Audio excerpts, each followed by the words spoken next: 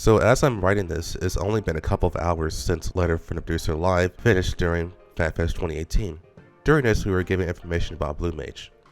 For those who don't know, Blue Mage is the first limited job of the game, and will be capped at level 50 upon release of 4.5. As the name implies, there are several limitations of the job. First and foremost, it cannot queue through Duty Finder. It can go dungeons unsynced or with a pre-made group. However, it cannot use Duty Roulette solo. It cannot use deep dungeons, and it cannot play PvP. With the cap being at level 50, this basically means without a pre-made party, Blue Mage is locked out of roughly 90% of the content. And more importantly, Blue Mage is locked out of current content. They also said that Blue Mage will have the level cap gradually increased as more content patches arrive. How big the jump will be per increase is anyone's guess. But given by how strongly Yoshida feels about the task of balancing Blue Mage's abilities, I'm led to believe the dev team has no plan to pushing Blue Mage to current content, even in Shadowbringer. So, I will be moving forward with this assumption. I could be wrong, but I strongly doubt I will be. Obviously, this has left many, and I mean many people frustrated, if not outright angry with this choice in design for Blue Mage. And the argument that Yoshida decided to make has many holes. But I'm not making this video to talk about this decision, but rather use this as a springboard to talk about the actual design flaw of Final Fantasy XIV. Before I move on, I just want to give some background on myself. Frankly, I'm a nobody on the internet, but I love Final Fantasy XIV to death, despite having a somewhat love-hate relationship with it. My first MMO I ever played was Final Fantasy XI, and to this day I still hop on sporadically to let nostalgia run its course. I dabbled into Tor when it first released, Guild Wars 2, and Terra, but generally my main MMO of choice is Final Fantasy XIV. I've played on and off since 1.0, with me having a level 50 gladiator during the 1.0 era, and then being heavily involved in the beta and rise of Final Fantasy XIV: A Realm Reborn. I'm a raider who loves to craft, and I enjoyed Eureka. Yeah, I'm pretty sure that last part made almost all of you stop watching this video, but I also do enjoy Eureka. I streamed my first visit of it a couple weeks ago, and I just instantly understood what it was trying to do. And Eureka has been the first time in a long time I felt like I was living in an actual massively multiplayer online game. But we can talk about Eureka another time. I mainly want to preface that I'm a long-time player of Final Fantasy XIV, and I played MMOs for an even longer time period. With that out of the way, let's talk about Blue Mage. So Yoshida's main argument against Blue Mage being designed as their main job is in order to make Blue Mage feel like an actual Blue Mage, they had to make it learn abilities through fighting monsters. And if Blue Mage does not have the right skills equipped in an instance, they'll be kicked out of content. Inversely, if a good Blue Mage does have all their skills, they destroy the content. One specific example Yoshida gave is Blue Mage using level 5 death on savage content. Ignoring how bizarre this example is, considering literally every boss in the game is immune to worthwhile stats effects, this is when I presented myself with a question. Who asked for a traditional Blue Mage? Who expected this apparently OP and unbounceable Blue Mage? Because as far as I know, quite literally everyone who has ever talked about Blue Mage either did not want it in the game because it wouldn't fit, or did want it with full expectation to learn its abilities through traditional job quests, where they would have simulated the learning experience through cutscenes. So I'm left really puzzled as to how Yoshida has this idea. Either way, this is what we have. So the general issue everyone says about this direction for Blue Mage is it'll be locked out of all relevant content. But this isn't the full scope of the problem. The thing is, Blue Mage itself is the content. It even literally has its own instance where it can use learn abilities through the boss arena. And it was even heavily advertised as a job where it could do open world content. And this is where the cracks of the game starts to show. It's no secret that Final Fantasy XIV's open world is a novelty at best and worthless at worst. It's actually been a constant complaint from many players, and it was even worse before the hunt system was introduced. There's only two things you can do in the open world: questing and killing mobs. And the bosses that show up in the open world through the hunt system can be, and often is, zerged down. Frankly, the only reason why people even do hunts in the first place is for the rewards. So, Blue Mage being advertised to embrace the open world content is a very bizarre one. But honestly, you can fix that. In fact, I don't even think it's a bad move in concept. It's not even the eternal design flaw of this game, which I advertised on the title of this video. But it is important to add context to what I'm about to say. One popular phrase that casual raiders like to use is, "This fight is a dance." As long as you know what to expect and what to do to avoid certain death, then the fight is simple. In fact, when learning new content after a short break, I literally heard this phrase for Shizaku Extreme, O9S, O10S, and O11S. It got to a point where I had to tell someone to stop using the phrase, because every single fight in this game, including the solo content, is a dance. The developers designed each fight in a specific way, and it had to be completed in a specific way. The only time it opens up to new methods of play is when you either outgear or outlevel the content. And even then, fights like Turn 13 Coil instantly kills you for incorrectly doing the mechanics.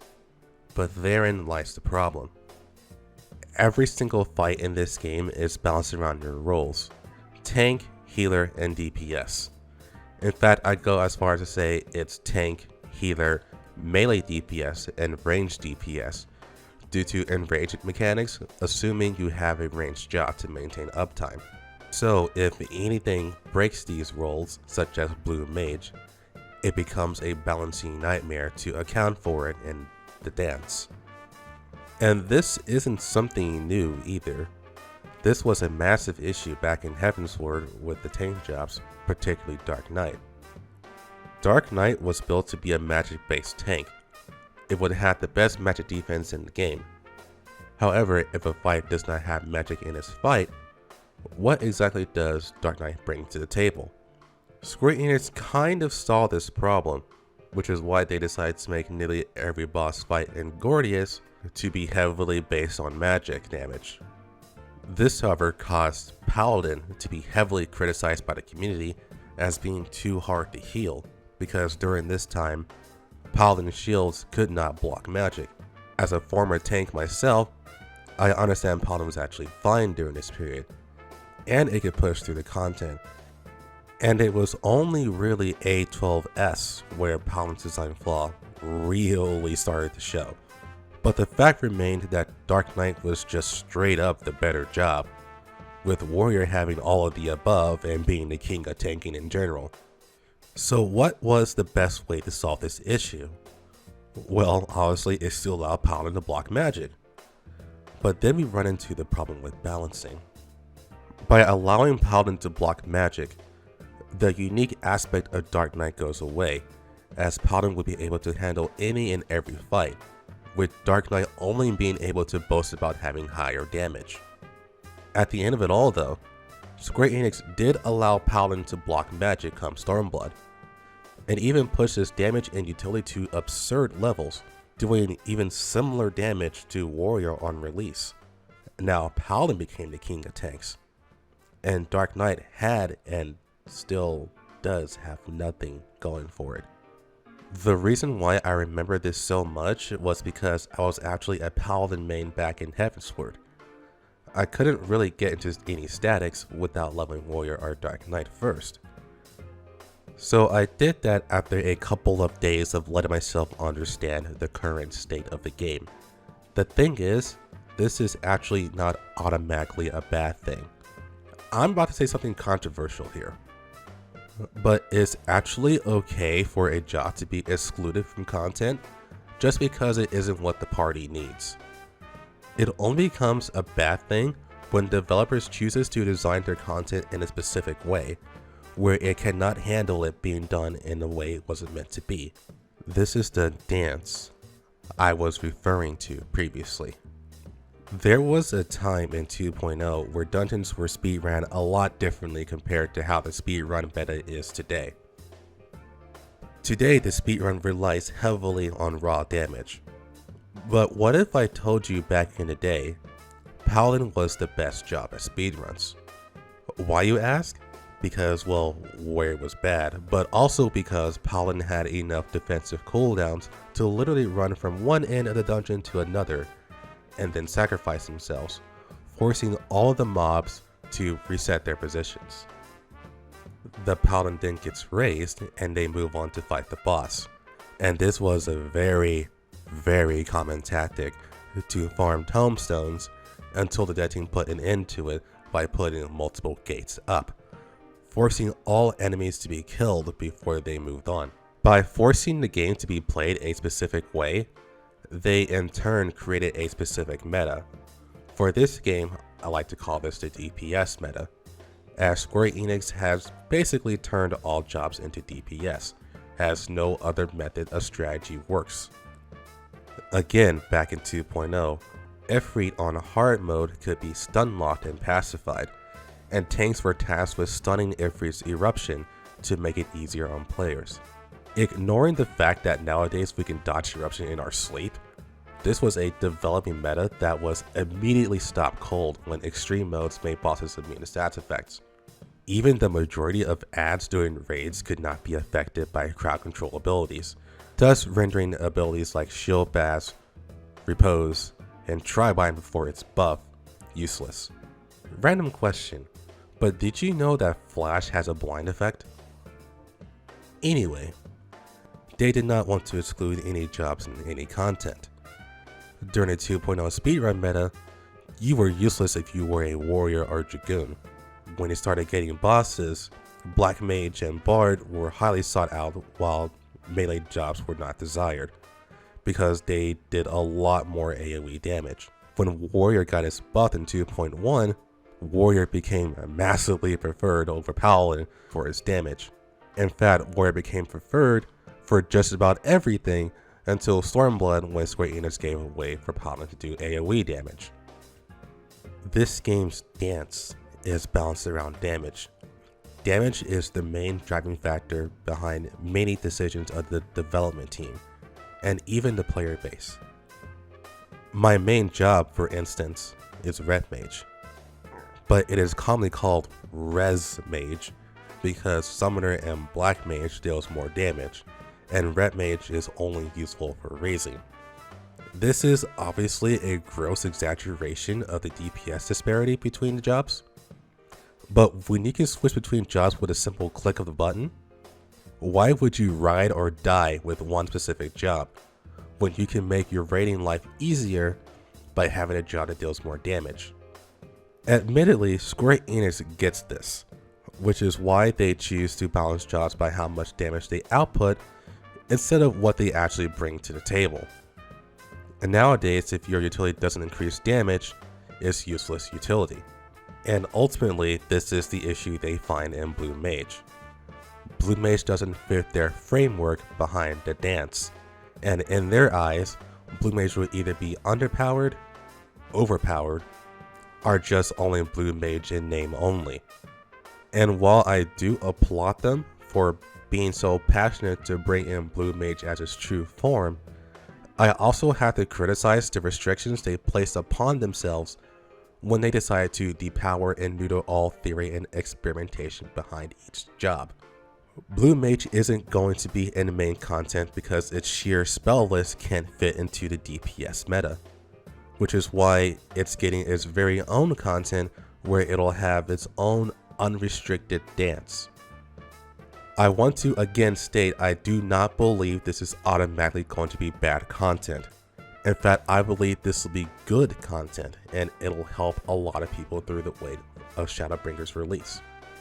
The problem I actually have is they did not build this game with this philosophy in the first place. So we have 15 jobs that feel like watered down, restricted versions of their classic selves. In fact, I'm actually now rather disappointed in how my favorite job, Red Mage, was built, as it feels like at the time they took the easy way out.